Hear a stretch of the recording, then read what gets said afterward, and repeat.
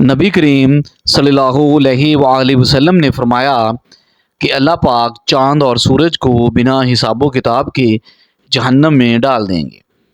صحابہ اکرام نے پوچھا، چاند اور سورج کو جہنم میں کیوں ڈالا جائے گا؟ آپ صلی اللہ علیہ وآلہ وسلم نے فرمایا، کیونکہ چاند اور سورج بسم اللہ الرحمن الرحیم تمام تعریفیں اللہ تبارک تعالیٰ کے لیے ہے جو بڑا مہربان نہایت رحم کرنے والا ہے۔ کروڑوں درود و سلام آقائے دو جہاں حضرت محمد صلی اللہ علیہ وآلہ وسلم پر، آپ کی آل اولاد پر، آپ کے تمام اصحاب پر اللہ تعالیٰ مغفرت فرمائے، آپ کی، میری اور پوری امت مسلمہ کی۔ نفسا نفسی کا عالم ہوگا، لوگوں کی چیخو پکار ہوگی اور لوگوں کے درمیان ٹھیک ٹھیک فیصلہ کر دیا جائے گا۔ سورج ایک میل کے فاصلے پر ہوگا، زمین آگ کی طرح جل رہی ہوگی، لوگ ننگے پاؤں ننگے بدن حاضر ہوں گے اور اعلان کیا جائے گا۔ قرآن مجید میں ہے جس کا ترجمہ، اے مجرموں آج نیک لوگوں سے الگ ہو جاؤ۔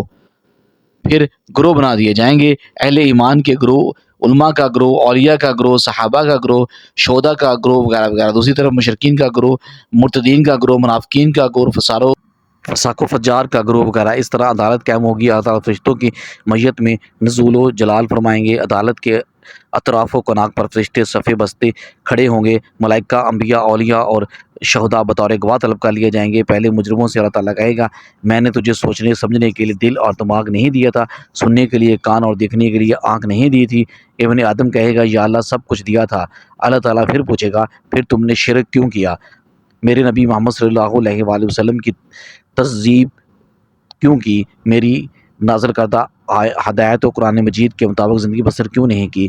ابن دائیں طرف دیکھے گا تو اسے آگ نظر آئے گی، پھر بائیں طرف دیکھے گا تو اسے آگ نظر آئے گی۔ عرض کرے گا، یا اللہ میں واقع بہت ظالم تھا، بس ایک دفعہ مجھے دنیا میں بھیج دے، میں مہد بن کر رہوں گا۔ دوسرے مجرم سے اللہ تعالیٰ سوال کرے گا، کیا میں نے تجھے مال، دولت، عزت، اہل و عیال اور دوسری نعمتیں نہیں دی تھی؟ انسان کہے گا، یا اللہ سب کچھ دیا تھا۔ اللہ تعالیٰ پھر فرمائیں گے، پھر کیا تو نے میرے لیے کیا کیا؟ ابن آدم کہے گا، یا اللہ میں نے تیرے لیے نمازیں پڑھی، روزے رکھے، صدقہ دیا، خیرات کیا، قرآن پڑھا اور بھی بہت سے نیک کام کیا۔ اللہ تعالیٰ فرمائے گا، اے فرشتوں ابن آدم کے منہ پر مہر لگا دو۔ فرشتے لبیک صدیق یا ربی کہتے ہوئے اس کے منہ پر مہر لگا دیں گے۔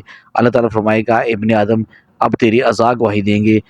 بائیں ران کہے گی، یا اللہ شخص نماز، روزہ، صدقہ، خیرات تو محض مسلمان میں شامل رہنے کے لیے کرتا تھا، لیکن دل سے کفار کا کلچر، کفار کے تہوار اور کفار کا تہذیب و تمدن پسند کرتا تھا۔ ابن آدم اپنی دائیں طرف دیکھے گا تو اسے آگ نظر آئے گی، بائیں طرف دیکھے گا تو اسے آگ نظر آئے گی۔ عرض کرے گا، یا اللہ میں واقع ظالم تھا، بس ایک اور موقع دے دے، میں مومن بن کر رہوں گا۔ پھر ایک مجرم سے اللہ تعالیٰ سوال کرے گا، کیا میں نے تجھے اعلیٰ منصب، عزت دی، بیوی بچے دیے، آرام دیا، گھر دیا، ٹھنڈا پانی دیا، لذیذ کھانے نہیں دیے تھے؟ وہ شخص کہے گا، یا اللہ سب کچھ دیا تھا۔ تو اللہ سوال کرے گا، تم میرے پسندیدہ دین سے الٹے پاؤں کیوں پھر گئے؟ وہ کہے گا، یا رسول اللہ کافروں کی طاقت، قوت اور غلبے سے قبضہ ہو کر۔ پھر اللہ تعالیٰ فرمائے گا، کیا میں نے اس بات کا زیادہ حقدار نہیں کہ تم مجھ سے ڈرتے ہو؟ کہے گا، یا اللہ تو تھا، لیکن تو نے مجھے اندھا کیوں اٹھایا ہے؟ میں تو دیکھنے والا تھا۔ اللہ تعالیٰ فرمائے گا، جس طرح دنیا میں تو نے میرے احکام سے منہ موڑا، اسی طرح آج میں تم سے منہ موڑوں گا۔ ابن آدم اپنے دائیں طرف دیکھے گا تو اسے آگ نظر آئے گی، بائیں طرف دیکھے گا تو اسے آگ نظر آئے گی۔ عرض کرے گا، یا اللہ میں واقع ظالم تھا، بس ایک دفعہ مجھے دنیا میں بھیج دے، میں آپ کی اور آپ کے رسول صلی اللہ علیہ وسلم کی اطاعت کروں گا۔ پھر اللہ تعالیٰ کی بارگاہ میں ایک اور مجرم پیش کرے گا۔ اللہ تعالیٰ اس سے سوال کرے گا، کیا میں نے تجھے دنیا میں حکومت، اقتدار اور اختیار نہیں دیا؟ وہ کہے گا، یا اللہ دیا تھا۔ پھر اللہ سوال کرے گا، تم نے نظام صلاۃ نافذ کیوں نہ کیا؟ نظام زکوٰۃ نافذ کیوں نہ کیا؟ اسلام کا نظام عصمت و غفت نافذ کیوں نہ کیا؟ حدود نافذ کیوں نہ کی؟ میرے دین کا رستہ کیوں روکا؟ ابن آدم اپنی دائیں طرف دیکھا تو اسے آگ نظر آئے گی، بائیں طرف دیکھا تو اسے آگ نظر آئے گی۔ عرض کرے گا، یا اللہ ہاں میں واقع ظالم تھا، بس ایک اور موقع دے دے، تیرے دین کا مددگار بن کر رہوں گا۔ مجھے پھر ایک اور مجرم رب کی بارگاہ میں پیش کیا جائے گا۔ اللہ تعالیٰ اس سے سوال کرے گا، کیا میں نے تجھے وسیع و عریض جاگیریں نہیں دی تھی، سرداری نہیں دی تھی، بے حساب مال و دولت اور عزت عطا نہیں فرمائی تھی؟ وہ کہے گا، یا اللہ سب کچھ عطا کیا تھا۔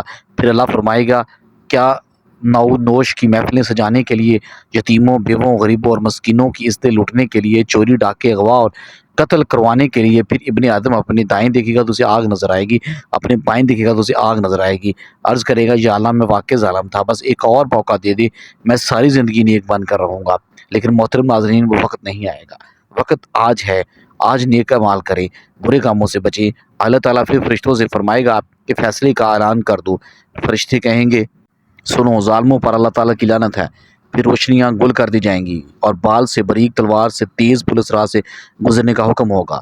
کچھ لوگ پولیس رات کو عبور کر کے عالی شان جنت میں قیام فرمائیں گے اور کچھ لوگ رستے میں ہی عالی شان جہنم میں تشریف لے جائیں گے۔ تب آخری اعلان کیا جائے گا، اے اہل جنت اور اے اہل جہنم، اب ہمیشہ ہمیشہ کی زندگی ہے، کسی کو موت نہیں آئے گی۔ بس اے اللہ اور یوم آخرت، اے دناؤ بینا لوگو، اے ہوش و خرد رکھنے والو، فیصلے کی گھڑی سے پہلے نوائے جبرائیل علیہ السلام کو ذرا سنو۔ سورۃ العمران آیت نمبر 102۔ اے لوگو جو ایمان لائے ہو، اللہ سے اس طرح ڈرو جس طرح اس سے ڈرنے کا حق ہے۔ تمہیں موت نہ آئے گی مگر اس حال میں کہ تم مسلمان ہو۔ محترم ناظرین، مرنے کے بعد انسان کو پیش آنے والے مراحل جن میں بزرگ، نشور، حشر، حساب، میزان، پولیس رات وغیرہ شامل ہیں، کس قدر کٹھن اور مشکل ہوں گے اس کا اندازہ درج ذیل آیات سے لگایا جا سکتا ہے۔ ارشاد باری تعالیٰ ہے، قیامت کا دن بچوں کو بوڑھا کر دے گا، لوگوں کے کلیجے منہ کو آ جائیں گے، وہ غم سے بھرے ہوئے ہوں گے لیکن کوئی غم خسار اور سفارشی میسر نہ ہوگا۔ اس روز کے عذاب سے بچنے کے لیے مجرم چاہے گا کہ اپنی اولاد، اپنی بیوی اور اپنے بھائی، اپنے خاندان جو اس کا سہارا تھی، حتیٰ کہ روئے زمین کی ہر چیز کو فدیے میں دے دے، لیکن ایسا ممکن نہیں ہوگا۔ اس روز دیدیں پتھرا جائیں گی، چاند گہنا آ جائے گا، سورج چاند ملا دیا جائیں گے، انسان کہے گا آخر کہاں بھاگوں جاؤں، لیکن اس روز کوئی جائے پناہ نہیں ملے گی۔ اس روز ظالم افسوس اور ندامت سے اپنے ہاتھ کاٹ کھائیں گے، تو کہے گا اے کاش میں نے رسول کریم صلی اللہ علیہ وسلم کا رستہ اپنایا ہوتا، میری بدبختی کہ میں نے فلاں گمراہ آدمی کو اپنا دوست نہ بنایا ہوتا۔ تو حدیث میں ہے، انسان کی پیدائش سے لے کر موت تک جتنے بھی تکلیفیں انسانوں پر آتی ہیں، موت کی تکلیف ان سب سے زیادہ ہے، اور موت کے بعد آنے والی مراحل کی تکلیف موت سے بھی کہیں زیادہ ہے۔ لوگ اپنی قبروں سے ننگے پاؤں، ننگے بدن اور بے ختنہ اٹھائے جائیں گے۔ حضرت عائشہ رضی اللہ عنہا نے عرض کیا، یا رسول اللہ صلی اللہ علیہ وسلم، کیا لوگ ایک دوسرے کی طرف دیکھیں گے؟ تو نہیں، آپ صلی اللہ علیہ وسلم نے فرمایا، اس روز کی مصیبت اتنی زیادہ ہوگی کہ کسی شخص کو دوسرے شخص کی طرف دیکھنے کا ہوش بھی نہیں ہوگا۔ میدان حشر میں یہاں لوگ ننگے پاؤں اور ننگے بدن ہوں گے، سورج ایک میل کے فاصلے پر لے آیا جائے گا، لوگ اپنے اعمال کے مطابق پسینے میں ڈوبے ہوئے ہوں گے، کوئی گھٹنوں تک، کوئی ٹخنوں تک، کوئی کمر تک، کسی کو پسینے کی منہ میں لگام آئی ہوگی۔ حشر کا دن 50,000 سال کے برابر ہوگا۔ لوگوں کو حشر میں اتنی تکلیف اور پریشانی ہوگی جس کی وہ طاقت نہیں رکھتے ہوں گے اور برداشت نہیں کر پائیں گے۔ ایک آدمی کو پسینے کی لگام آئی ہوئی ہوگی اور دعا مانگے گا، یا اللہ اس مصیبت سے نجات دے دے، خواہ جہنم میں ہی بھیج دے۔ ان آیات اور احادیث سے یہ اندازہ لگانا مشکل نہیں ہے کہ مرنے کے بعد پیش آنے والے مراحل کس قدر کٹھن اور تکلیف دہ ہوں گے۔ نہ تو احاطہ تحریر میں لایا جا سکتا ہے، نہ زبان سے بیان کیے جا سکتے ہیں۔ جب ساری مخلوق میدان حشر میں پہنچ جائے گی تو اعلان کیا جائے گا، مجرموں آج کے روز الگ ہو جاؤ نیک لوگوں سے۔ سیدنا ابن عباس رضی اللہ تعالیٰ عنہ فرماتے ہیں کہ سورج، چاند اور ستاروں کو لپیٹ کر بے نور کر کے سمندر میں ڈال دیا جائے گا، پھر مغربی ہوائیں چلیں گی اور آگ لگ جائے گی۔ جب ایک حدیث میں ہے کہ اس کو تہ کر کے جہنم میں ڈال دیا جائے گا۔ امام بخاری رحمۃ اللہ علیہ نے حضرت ابو ہریرہ رضی اللہ عنہ سے روایت کیا ہے کہ سورج اور چاند دونوں کو قیامت کے دن لپیٹ دیا جائے گا۔ امام بخاری نے کہا کہ ان کو لپیٹ کر دوزخ میں پھینک دیا جائے گا۔ حضرت حسن بصری نے کہا کہ ان دونوں کا کیا گناہ ہے جو ان کو لپیٹ کر دوزخ میں پھینک دیا جائے گا؟ تو ابو سلمہ نے کہا تھا کہ میں تم کو رسول صلی اللہ علیہ وسلم کی حدیث بیان کر رہا ہوں اور تم اس پر انتظار کر رہے ہو، ان کا گناہ کیا ہے؟ امام ابو علی نے اس حدیث کو انس رضی اللہ عنہ سے روایت کیا ہے اور اس میں یہ اضافہ بھی کیا ہے کہ سورج کو، چاند کو دوزخ میں اس لیے پھینکا جائے گا تاکہ سورج اور چاند کی عبادت کرنے والے ان کا انجام دیکھ لیں۔ روایت میں اگر رسول کریم صلی اللہ علیہ وسلم نے فرمایا کہ سارے ستارے اور جن کی اللہ کے سوا عبادت کی یہ سب جہنم میں گرا دیے جائیں گے، صرف حضرت عیسیٰ علیہ السلام اور بی بی مریم علیہ السلام بچ جائیں گے۔ اگر یہ بھی اپنی عبادات سے خوش ہوئے تو یہ بھی جہنم میں داخل کر دیے جاتے۔ مروی ہے کہ اس میں کوئی شک نہیں کہ سورج اور چاند بھی وہ چیزیں تھیں کہ جن کی لوگ اللہ کے سوا پوجا کیا کرتے تھے، حالانکہ وہ دونوں جمادات میں سے ہیں اور آگ میں داخل ہونے کے بعد بھی عذاب میں مبتلا نہیں ہوں گے، اور وہ اس میں صرف اس لیے داخل ہوں گے تاکہ ان کی پوجا کرنے والے لوگ ذلیل اور خوار رہیں گے، اس لیے نہیں کہ یہ دونوں گناہ گار ہیں۔ جیسا کہ اس بارے میں قرآن نے فرمایا ہے کہ اگر وہ دونوں معبود ہوتے تو آگ میں داخل نہ ہوتے، وہ سب اس میں ہمیشہ رہیں گے، اور یہی بات ان پتھروں کے صادق ہے جنہیں اللہ تبارک تعالیٰ نے جہنم کی لکڑی بنانے سے بنا دیا۔ محترم ناظرین، سورج کا حجم اس قدر ہے کہ ماہر فلکیات بتاتے ہیں کہ سورج کا حجم زمین کے حجم سے 13 لاکھ گنا بڑا ہے۔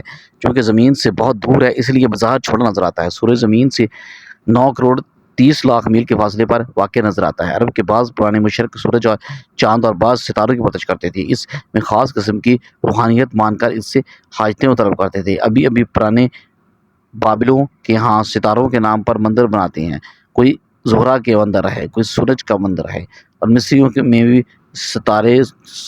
ستارے پرستی پائی جاتی ہے۔ حضرت ابراہیم علیہ السلام کے زمانے میں ستارہ پرستی بہت زیادہ تعداد میں تھی، یہ ستاروں کو معبود بنا کر ان سے حاجتیں پوری کرواتے تھے۔ آج کے ستار پرست بھی ستاروں میں کرشمہ مانتے ہیں۔ محترم ناظرین، بہرحال سورج بہت بڑا سیارہ ہے، تو سورج کی روشنی ختم کر دی جائے گی جس طرح چادر لپیٹ دی جاتی ہے۔ سورج ایک ٹکیا کی مانا رہ جائے گا، مگر بعد میں بھی ٹکیا بھی باقی نہیں رہے گی۔ یہ تو سورج کا حال ہوگا، زمین تو اس کے مقابلے میں بہت چھوٹی سی ہے۔ اس سے اندازہ لگایا جا سکتا ہے کہ قیامت کے روز زمین کی کیا حالت ہوگی۔ محترم ناظرین، قرآن مجید میں یہ بات اللہ نے بیان کی ہے کہ جب قیامت آئے گی تو سورج بے نور کر دیا جائے گا، اس کی روشنی لپیٹ دی جائے گی۔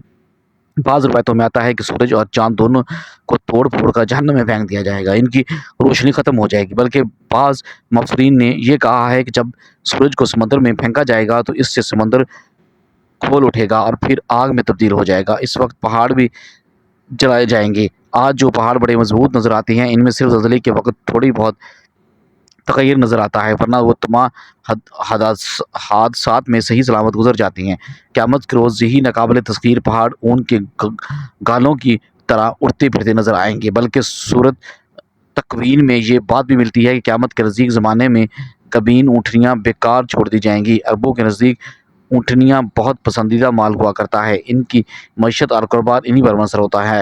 اسے بردباری اور خوراک کے لیے استعمال کیا جاتا ہے۔ خاص طور پر 10 ماہ کی اونٹنی بچہ دینے کے لیے قریب ہوتی ہے تو بڑی جاندار سمجھی جاتی ہے، اس کی حفاظت کی جاتی ہے، اور قیامت کے دن نفسا نفسی کی حالت ایسی ہوگی کہ گپٹن اونٹنی جیسے قیمتی مال کی بھی کوئی پرواہ نہیں کرے گا۔ اس وقت وہاں کے جنگلی درندے انسانی بستیوں میں پناہیں ڈھونڈیں گے، مگر کوئی کسی کا پرسمال حال نہ ہوگا۔ محترم ناظرین، جب قیامت کے دن اعمال نامے کھولے جائیں گے، دوسری جگہ آتا ہے کہ اعمال نامے سب کے سامنے ہوں گے۔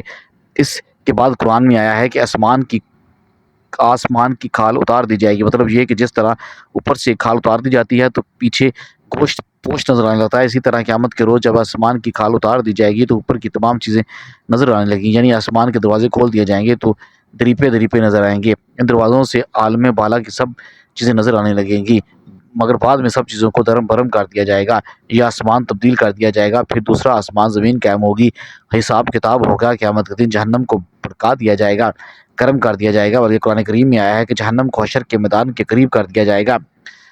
مجرمین اسے دیکھو گے تو انہیں یقین آ جائے گا کہ اسی میں جانے والے ہیں۔ حضور نے کہا تھا کہ جنت کو بھی قریب کر دیا جائے گا، یعنی جنت بھی نظر آنے لگے گی۔ براج یہ ہے کہ یہ تمام نظام تبدیل کر دیا جائے گا، اس کائنات کی ہر چیز پر قیامت اثر انداز ہوگی۔ یہ ایک ایسا اثر ہوگا جو آج انسان کی سمجھ میں نہیں آ سکتا۔ پھر اس وقت کیا ہوگا جب خود اللہ تعالیٰ نے فرمایا کہ ہر انسان جان لے گا کہ اس دنیا میں جو بھی نیکی یا بدی ہوگی سب اس کے سامنے ہوگی، اسے پتہ چل جائے گا کہ اس نے دنیا کی زندگی میں کیا کمایا کیا کھویا، اس کے ہر ایک اعمال کا نتیجہ اس کے سامنے آنے والا ہے۔ بلکہ حضرت ابی بن کعب رضی اللہ تعالیٰ عنہ فرماتے ہیں کہ قیامت کی پہلی 6 نشانیاں ظاہر ہو گئی ہیں، لوگ بازاروں میں چل پھر رہے ہوں گے کہ سورج کی روشنی بجھ جائے گی، سورج کا نور اٹھا لیا جائے گا، لوگ زمین پر گر پڑیں گے اور زمین لرزنے لگے گی، جس سے جنات گھبرا کر انسانوں کی طرف اور انسان گھبرا کر جنات کی طرف بھاگیں گے، جانور درندے پرندے بھی آپس میں غلط ملت ہو جائیں گے۔ ارشاد خانوی ہے، قیامت کے دن جنگل کے جانوروں میں رولا پڑ جائے گا، اس وقت جنات انسانوں سے کہیں گے ہم تمہیں کہتے ہیں کہ سمندر کی طرف بھاگو۔ جب وہ وہاں پہنچیں گے تو انہیں آگ ہی آگ نظر آئے گی جس سے شعلے اٹھ رہے ہوں گے، لوگ آگ پکا رہے ہوں گے، وہ بھی آگ پکا رہے ہوں گے کہ اچانک زمین پھٹ کر ساتوں آسمان سے جا ملے گی اور آسمان پھٹ کر ساتوں زمینوں سے جا ملے گا، تب ان پر ایک جیسی ہوا چلے گی جو انہیں موت کی آغوش میں سلا دے گی۔